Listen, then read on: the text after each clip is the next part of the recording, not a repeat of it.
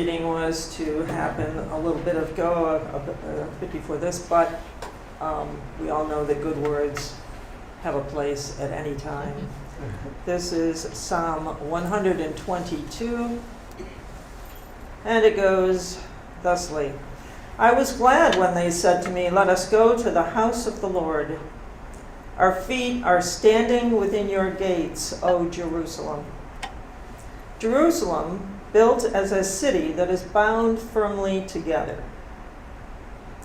To the tribes go up, the tribes of the Lord, as was decreed for Israel, to give thanks to the name of the Lord. For there the thrones for judgment were set up, the thrones of the house of David. Pray for the peace of Jerusalem. May they prosper who love you. Peace be within your walls and security within your towers. For the sake of my relatives and friends, I will say, peace be within you. For the sake of the house of the Lord, our God, I will seek your good. The Puritans knew what subsequent generations would forget, that when the church, more than a millennium earlier, had placed Christmas Day in late December, the decision was in part of what amounted to a compromise, and a compromise for which the church paid a high price. Late December festivities were deeply rooted in popular culture, both in observance of the winter solstice and in celebration of the one brief period of leisure and plenty in the agricultural year. In return for ensuring massive observance of the anniversary of the Savior's birth by assigning it to this resonant date, the church, for its part, tacitly agreed to allow the holiday to be celebrated more or less the way it had always been. From the beginning, the church's hold over Christmas was, and remains still, rather tenuous. There were always people for whom Christmas was a time of pious devotion rather than carnival. But such people were always in the minority. It may not be going too far to say that Christmas has always been an extremely difficult holiday to Christianize. Little wonder that the Puritans were willing to save themselves the trouble. That's from Stephen Nissenbaum. The book is The Battle for Christmas. Now we were to have done the responsive reading, but we are moving onward to Reverend Larry's sermon. And it is called The UUs Who Found Christmas. And because I'm more comfortable with the page and paper, I'm doing it that way. Thank you, Sue, for your tablet here. Imagine that you have just entered the town of Worcester, Massachusetts. The day's date is December 25, 1850. It is Christmas Day in New England. You travel through the town and the day is completely unacknowledged. The law courts are in session, children are sitting in schoolhouse, and most of the shops and the market are still open. In fact, there's hardly any sign that this is a holiday. The same scene would have been repeated in almost every town in New England. What was going on? Where was Christmas in New England? How did we get where we are with the season? The celebration of Christmas came very late to many parts of the country. In the rural South, the holiday did not catch on strongly until the 20th century. In Massachusetts, it was actually illegal to celebrate the traditional anniversary of Christ on December 25th from 1659 to 1681. Why were people throughout our land so opposed to the holiday, and how did it become the family time that it is today? This is the meat of Reverend Larry's sermon. And he notes that this is based largely upon the book that I mentioned a few minutes ago, The Battle for Christmas, A Cultural History of America's Most Cherished Holiday by Stephen Nissenbaum, which was published in 1996. First, it helps to know what Christmas was like in merry old England. It was very different from the event which we celebrate today. In rural agricultural society, the days of late November and early December were a time when food was laid up for the coming winter. Animals, sad to say, Anthony, were slaughtered to thin the herd for the lean months ahead. The wine and the spirits, which had been produced in grain in the summer, were finally ready for consumption. In preparation for the coming lean winter months, it was common practice to fatten up during the month of December. The agricultural peasants, without steady work, prepared to survive the winter months by begging for money in early December, especially the feast of St. Nicholas, which normally fell on December the 5th. They would move from house to house requesting food, money, and often strong drink. The strong drink was part of the problem with this charity. The local poor would knock on your door and ask for food, drink, and hospitality. It was expected that one would invite them in. So far, so good, but then you might realize that they had already given your neighbor a visit as well, and he gave them wine and beer as they asked, and they did ask for a lot. It was common for the peasants to take the time of Christmas as less a religious holiday and more as a carnival, sort of like Mardi Gras. They suddenly had time to spare, food was plentiful, and the liquor was just ready. They needed to beg for extra money to make it through the coming days. The agrarian poor would travel from place to place in town, sometimes drunk, sometimes mumming. Living near Philadelphia, we think of this time of year and the annual Mummers Parade, which is a fancy dress festival with street dancing and costumes. It was not exactly like that in merry old England. Mumming was a practice that entailed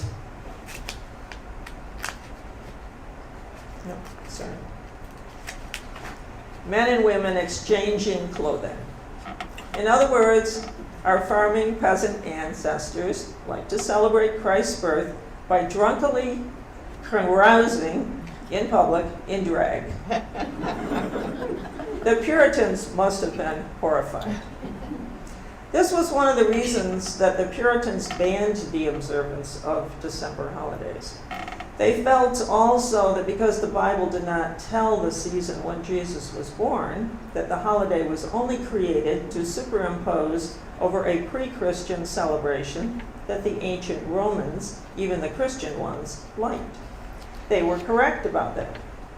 The Puritans also associated the celebration of the Christ Mass with the High Church of England, and even worse in their opinion, with the Church of Rome. The custom of traveling from house to house singing Christmas carols came under especially great censure. Today, it seems such a respectable thing that we must strain to understand what caroling was like in the past. Imagine one night in late December, and you're sitting by your fire and you hear a knock at your door.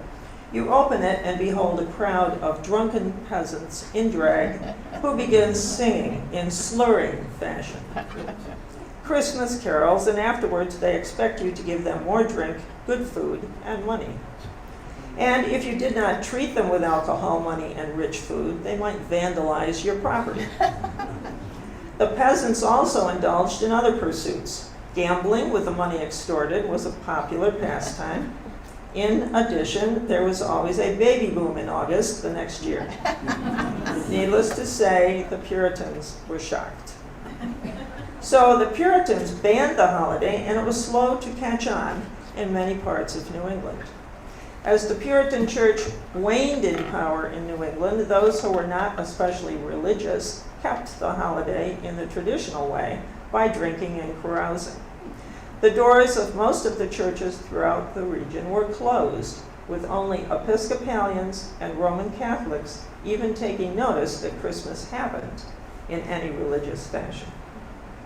By the beginning of the 19th century, Christmas Day was recognized in the almanacs and calendars, but the way that it was observed, if at all, was entirely dependent on the individual.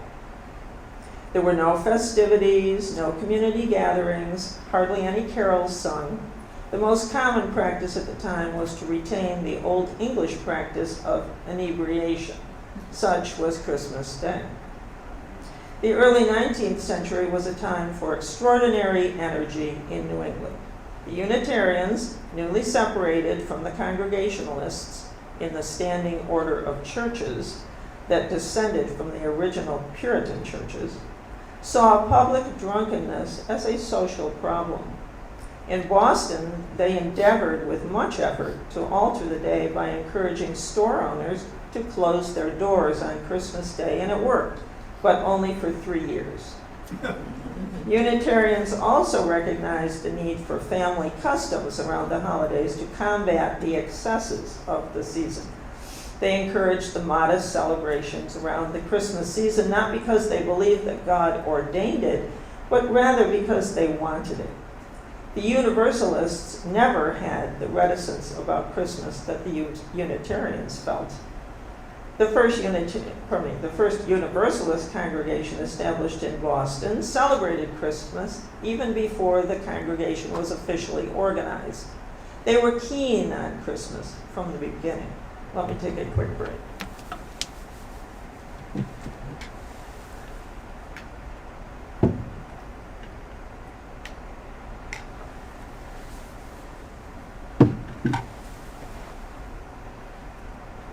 Unitarians were also the first people in New England to give children presents on Christmas Day. At the time, many Unitarians believed that God was a benevolent deity, blessing humanity with reason and other extraordinary gifts. They believed that it was the human example of Jesus that held the greatest hope for all. Jesus showed the way through his bearing and character. Take note that it was character, in the opinion of the early Unitarians, that caused one to live a holy and righteous life. Because that character was based upon the here and now and in the development of the individual spirit, Unitarians felt that what we would now call values education was of primary importance for children. Children reared in Unitarian households were different from other children. Often they were given more personal freedom and taught in a way that delighted in education and in learning. Bronson Alcott and Horace Mann, both Unitarians, developed educational philosophies that influenced public schools, and both could trace their ideas to their Unitarian religious upbringing. Unitarian parents wished to inculcate the spirit of sacrifice that they found in the life of Jesus in their own children, to encourage the giving spirit. They believed that by giving their children presents at Christmas time and reviewing each child's behavior during the past year at the same time, they were encouraging noble character traits. They believed that children would learn from their example and become giving and charitable adults. Gifts were given at Christmas time in other places, but in this country, the Unitarians were the ones who began the custom and established it so strongly. Our predecessors in the faith have a good deal to answer for. Sometimes even the best of intentions have unexpected outcomes. I think he was referring partly to today's excesses. The Unitarians had begun the practice of giving presents to children at Christmas time for a couple of decades when a Unitarian minister named Charles Follen introduced the first known Christmas tree to New England. Follen was a native of what is now Germany, and he studied and entered the Unitarian ministry shortly after immigrating to this country. Besides his ministerial duties, he served as the first German instructor at Harvard. He was also known as a tireless campaigner for the abolition of slavery, and he traveled throughout the United States in that cause. In the early 19th century, the abolition of slavery was considered controversial. Despite the things that you might read in denominationally published books about Unitarians and Universalists being at the forefront of the battle against slavery, there were only a handful of prominent Unitarians working in the abolitionist cause. Most Unitarians were not considered political radicals in the abolitionist cause at that time. Charles Follen was a very public abolitionist. In time, his work for abolition led to his dismissal from his position at Harvard. The university found that having someone opposed to slavery was too radical for its image. Follen's family and the families of other abolitionists were shunned by polite society. His children were not invited to gatherings. Even though he married a member of the prominent Cabot family in Boston, they were not invited to parties or balls because he was an abolitionist. This must have hurt them and other families in the same situation. Their children were isolated. When Harriet Martineau came to visit from England, she stayed with the Follen family during the Christmas holidays. Harriet Martineau was an English writer and a Unitarian. She knew all of the most prominent Unitarians in England and in the United States, and was friends with many of the most famous 19th century literary figures like Charles Dickens, Elizabeth Barrett Browning, and George Eliot. Harriet Martineau was also an outspoken abolitionist and a women's rights advocate. On her visit to the United States, Harriet Martineau stayed at Christmas with Charles Follen and his family. Charles Follen created a special family celebration for his children. The Christmas tree was a part of his Saxon German upbringing. Harriet Martineau described the scene on Christmas morning. The children were kept in the dining room, and at the appointed time they were led into the hallway, and the door opened into the front parlor. A moment of silence followed as they looked at a small tree festooned and lit with candles, presents underneath, and cakes and cookies on the table beside it. It was the first known Christmas tree in New England. Harriet Martineau wrote about this celebration in an article published in an abolitionistic journal, and again in her book about her travels in the United States.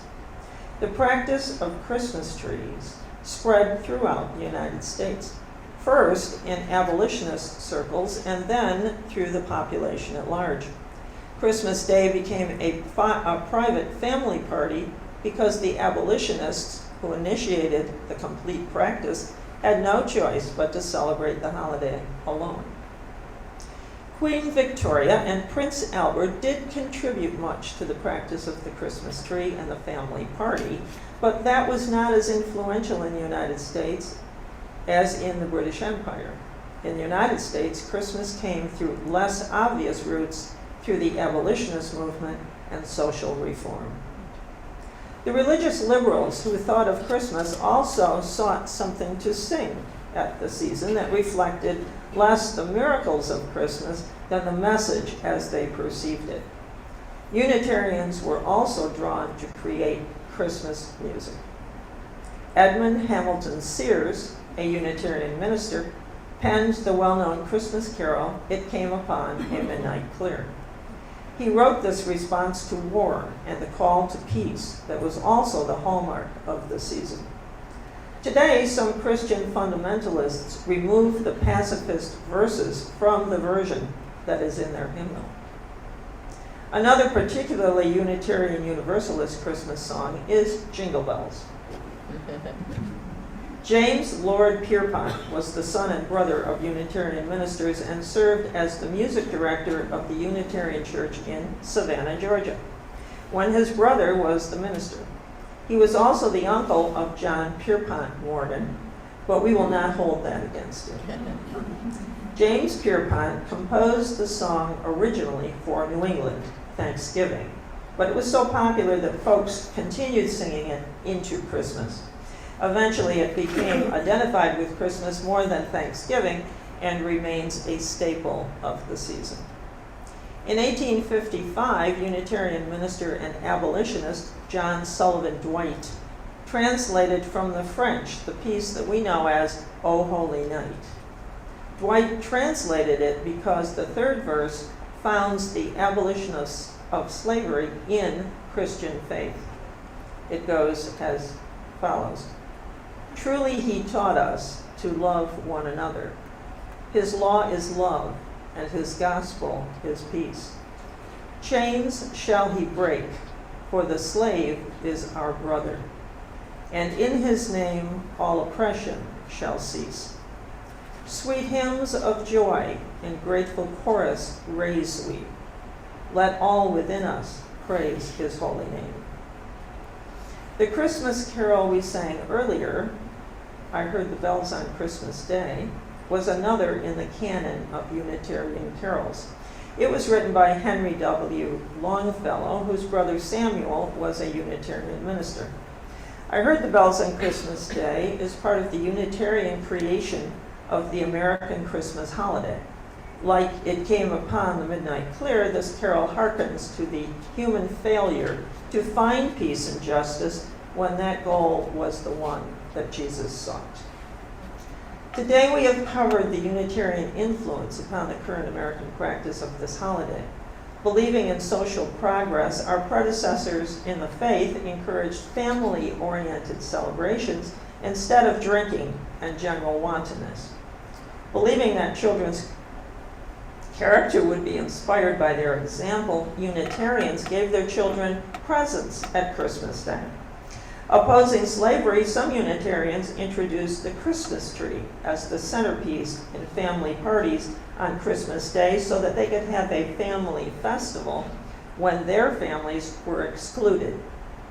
They wrote music for the holidays that represented their new faith, and they enjoyed the season. Some Unitarian Universalists have problems with Christmas. They find the story reminds them of Christmases in the traditions in which they grew up. Some want Christmas to be the way that it used to be. Some want it to be entirely different. Some think that we should not be commemorating Christmas at all, as doing so would be appropriating another faith's practice. It is hoped that through this message today, telling that Christmas is a Unitarian Universalist holiday, you will feel better. Our traditions created much of the way that Christmas is celebrated. We can sing Christmas carols because we wrote some of them. We can put up a tree because we did so first in New England. We can give presents because we were the first to do so. In many ways, Unitarian Universalists own the heritage around the American practice of Christmas. Those who came before us in the liberal faith sought to celebrate Christmas for the common good and because the season warmed their hearts. May it be so for all of us.